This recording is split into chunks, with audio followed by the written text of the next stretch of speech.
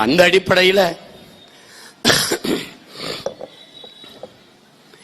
பீகார்ல தமிழ்நாடு அரசு என்ன சொல்லுது? தமிழ்நாடு அரசு நமக்கு என்ன கற்பிக்க வருது? திரும்ப திரும்ப என்ன சொல்லுது? சாதிவாரி கணக்கெடுப்பு எடுக்கிற உரிமை மத்திய அரசுக்கு இருக்கு, இந்திய ஒன்றிய அரசுக்கு தான் இருக்குது என்று நம்ம ஏமாற்றுகிறது. அப்ப பீகாருக்கு எப்படி இந்த உரிமை வந்தது? தெலுங்கானாவுக்கு, கர்நாடகாவுக்கு, ஜார்க்கண்டுக்கு எப்படி வந்தது? மாநில உரிமை பேசியவர்கள் இந்திய துணைக்கண்டத்தில் முதலில் இவர்கள் தான். அப்படியே உரிமை இல்லை என்றால் அந்த உரிமையை போராடி பெறாமல் என்ன செய்து கொண்டிருந்தீர்கள்? என்ன செய்து கொண்டிருந்தீர்கள்?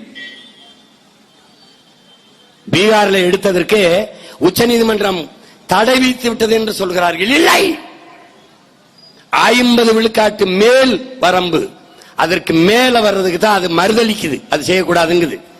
ஆனால் இடஒதுக்கீட்டை பாட்னா நீதிமன்றம், பீகாரினுடைய தலைநகர் இருக்க பாட்னா நீதிமன்றம், அது உயர் நீதிமன்றம் மறுக்கல, அதை ஏற்குது. கேவி நீதியரசர் கேவி சந்திரன் அவர்களும் நீதியரசர் பார்த்தசாதி அவர்களும் அதை ஏற்கிறார்கள். 2 நீதிபதிகளும் அதை ஏற்கிறார்கள், மறுக்கல. ஆனால் உச்ச நீதிமன்றம் என்ன சொல்லுது? நீ 50 விழுக்காட்டுக்கு மேலே உச்ச வரம்பு, மேல் வரம்பு, அந்த ஒதுக்கீட்டை தான் அது மறுதளிக்குது, அது மறுக்குது. ஆனா தமிழ்நாட்டுக்கு அதுவும் இல்ல, நமக்கு 69 விழுக்காடு வரை அம்மையார் ஜெயலலிதா மண்டல கமிஷன் நிறைவேற்றிய போது ஐயா ஆனமுத்து அவர்கள் போராடி பெற்ற அந்த 69 விழுக்காட்டிலே அதை நிறைவேற்றி சட்ட பாதுகாப்பை தமிழ்நாடு அரசு அன்னைக்கு ஏற்படுத்தி வச்சிருக்கு. அந்த பிரச்சனையும் கிடையாது.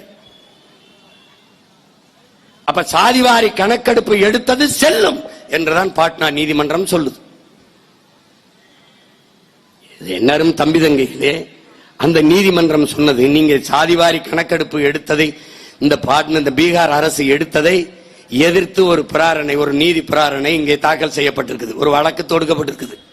இது என்ன? தன்னுரிமை, அடிப்படை உரிமையை இது பறிக்குது, மறுதளிக்குது என்று இந்த அரசினுடைய இந்த திட்டத்திற்கு, இந்த இதற்கு எதிராக, இந்த சாதிவாரி கணக்கெடுப்புக்கு எதிராக நீங்கள் அறைகோள் விடுத்து இதை வெறுக்கிறீர்கள், எதிர்த்து போராடுகிறீர்கள். நீதிபதியை கொடுத்தது.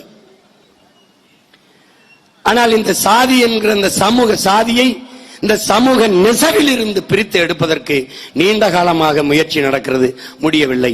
அதை துடைத்தெறிய முடியவில்லை, பெருக்கி தள்ளவும் முடியவில்லை, ஒதுக்கி விலக்கி வைக்கவும் முடியவில்லை.